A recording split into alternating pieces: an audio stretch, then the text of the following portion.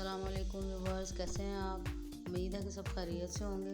तो व्यूवर्स, आज मैं आप लोगों के लिए बड़ी मज़ेदार से टेस्टी से चाइनीज़ वेजिटेबल कबाब की रेसिपी लेके आई हूँ, जो बहुत आसान, टेस्टी और झटपट से तैयार हो जाने वाली रेसिपी है। तो चलिए व्यूवर्स, आज अपनी इस रेसिपी को शुरू करते हैं। बिस्मिल्लाहिर्रहमानिर्रहीम। और इसके लिए व्यूवर्स, सबसे पहले जिन चीज़ों की ज़रूरत है वो मैंने आपके सामने रखी हुई हैं। आलू ले लिए थोड़े से बॉयल्ड, और श्रेडेड चिकन ले लिया थोड़ा सा। शिमला मिर्च को मैंने बारीक बारीक काट लिया है, और साथ ही देख सकते हैं कितना बारीक है। कांटे की मदद से भी कर सकते हैं आप इसको। बॉईल करने के बाद चिकन के जो रेशे हैं और आलू भी अच्छी तरह साफ़ कर लिए हैं। और शिमला मिर्च को मैंने बिल्कुल बारीक बारीक काट लिया है। आप चाहें तो बड़ा छोटा अपने टेस्ट के हिसाब से इसको किसी तरह भी काट सकते हैं। और साथ ही मैंने थोड़ी सी बंद गोभी और हरी मिर्चें थोड़ी सी रखी हुई हैं। थोड़ा से प्याज ले लिए हैं और धनिया, इन सबको मैंने अच्छा सा काट लिया है। आपके सामने हैं सारी चीज़ें। और सबसे पहले ये जो आलू हैं इनको मैश कर लेंगे, और साथ ही पहले स्पाइसेस के ऊपर भी एक नज़र डाल लेते हैं। और स्पाइसेस में सबसे पहले 1 टेबलस्पून काली मिर्च और हाफ़ टी स्पून चाइनीज़ नमक ले लिया है मैंने। और 1 टीस्पून मैंने नमक खाली सादा वाला ले लिया है। 1 टेबलस्पून धनिया पाउडर, 1 टेबलस्पून ज़ीरा पाउडर और 1 टेबलस्पून लाल मिर्च पाउडर। ये सारे मैंने मसाले ले लिए हैं, आपके सामने हैं। और अब सबसे पहले आलू जो है उनको मैं मैश कर लेती हूँ। और देखिए जी, जादू सा हो गया। और सबसे पहले मैंने आलूओं को अच्छा सा मैश कर लिया है। और अब इसके अंदर ये जो सब्ज़ियाँ हैं इनको स्टेप बाय स्टेप मैं डाल लेती हूँ। और सबसे पहले शिमला मिर्च डाल लेते हैं, बिल्कुल बारीक कटी हुई। साथ ही ये प्याज जो मैंने बिल्कुल बारीक बारीक कट किया हुआ, चॉप किया हुआ, इसको डाल लिया है। धनिया डाल लेते हैं, बंद गोभी डाल लेती हूँ। क्वांटिटी आप कम ज़्यादा कर सकते हैं अपने हिसाब से। और साथ ही जो श्रेडेड किया हुआ चिकन है अब मैं उसको डाल लूँगी।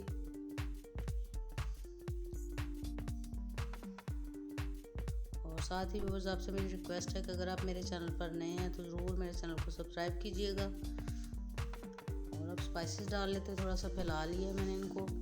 और सबसे पहले चाइनीज़ नमक डाल लिया है, 1 टेबलस्पून काली मिर्च पाउडर डाल लिया, हाफ़ टी स्पून चाइनीज़ नमक, हाफ़ टी स्पून सादा नमक डाल लिया, और 1 टेबलस्पून मैंने इसमें धनिया पाउडर डाल लिया है। कुटा हुआ ज़ीरा 1 टीस्पून डाल लिया है। लाल मिर्च पाउडर डाल लिया है 1 टीस्पून।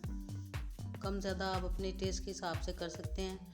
और बस ये सोया सॉस के 2 टेबलस्पून मैंने अपने इस मेज़े में शामिल कर लिए हैं। इससे टेस्ट बहुत अच्छा आता है। और अब इनको अच्छा सा मिक्स कर लेती हूँ चम्मच की मदद से। तो ये अच्छी तरह नहीं होगा, तो मैं इसको हाथों की मदद से अच्छा सा मिक्स कर लेती हूँ।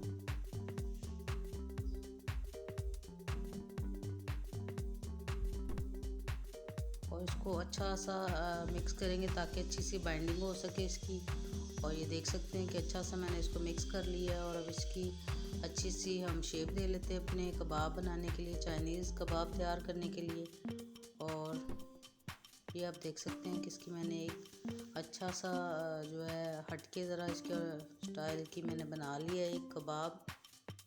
इसको शेप दे ली है। आप चाहें तो किसी भी तरह से गोल, त्रिकोण, ट्रायंगल, किसी भी तरह से इनको शेप दे सकते हैं। मैंने थोड़ी सी चेंजिंग की है कि मैंने इसकी शेप गोल नहीं बनाई, थोड़ा सा हटके इसको मैंने शेप दे ली है। और देख सकते हैं कि सारे मैंने अच्छे से तैयार कर लिए हैं। तो अब इनको फ्राई करने से पहले थोड़ा सा क्रम्स बना लेते हैं। और अंडे हैं उनको मैं फेंट लेती हूँ आपके सामने। और ब्रेड क्रम्स मैंने ब्रेड के किनारे जो थे उनको इलादा करके तो अच्छे से ये तैयार कर लिए हुए हैं। और अंडे अपने बाउल के अंदर या प्लेट के अंदर डालने के बाद इनको अच्छा सा फेंट लेते हैं।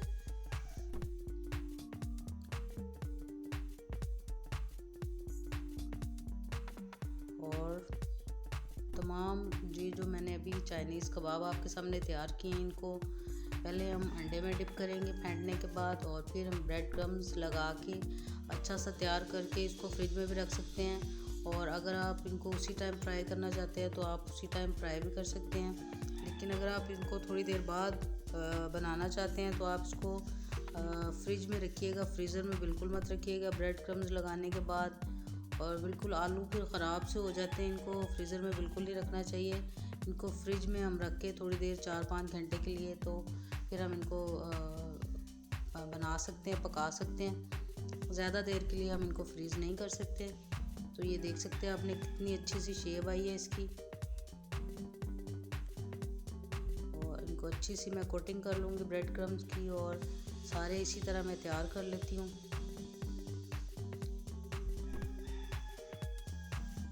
और ये देखें जी, सारे मैंने अच्छे से तैयार कर लिए हैं और अब मैं इनको फ्राई कर लेती हूँ।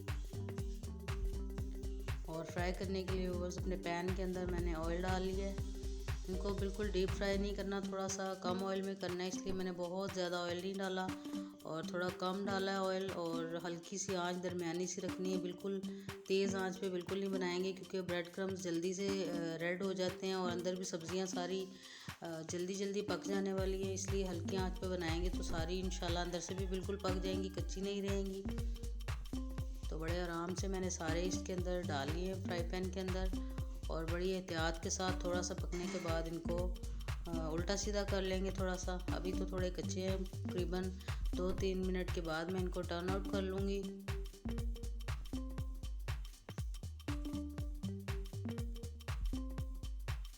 और व्यूअर्स कमेंट सेक्शन में ज़रूर बताया करें कि आपको मेरी रेसिपी कैसी लगी, और अगर कोई मिस्टेक्स हो तो उसको भी ज़रूर मेंशन करें। और अब इनको करीबन ये हो गए एक साइड से, अब इनको थोड़ा सा पलट लेते हैं।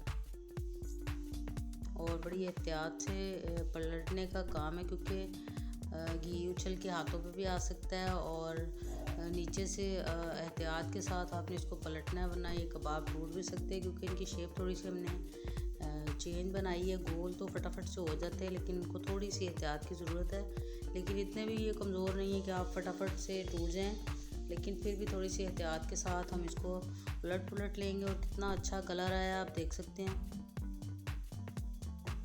और अगर आप व्यूअर्स ये जो ब्रेड के क्रम्स किनारों के नहीं बना रहे, आप खाली ब्रेड के बना रहे हैं, तो उसके अंदर अगर एक चुटकी फूड कलर आप डाल लेंगे तो उसका कलर इस कबाब से भी ज़्यादा अच्छा आता है। एक दफ़ा ट्राई कीजिएगा, वो भी मैं आपके साथ बहुत जल्द शेयर करूँगी उसकी रेसिपी भी। और ये देख सकते हैं कितना अच्छा सा कलर आ गया और झटपट से तैयार हो गए हैं। अब इनको मैं डिश आउट कर लेती हूँ अपने बर्तन के अंदर, और जो दूसरे रह गए थे अब उनको भी फ्राई कर लेते हैं।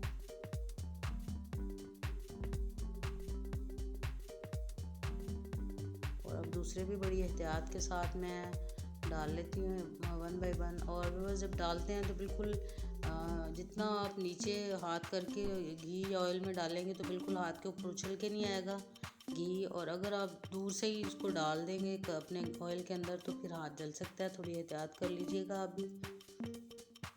और अब ये भी पक गए हैं करीबन, और इनको भी मैं निकाल लेती हूँ।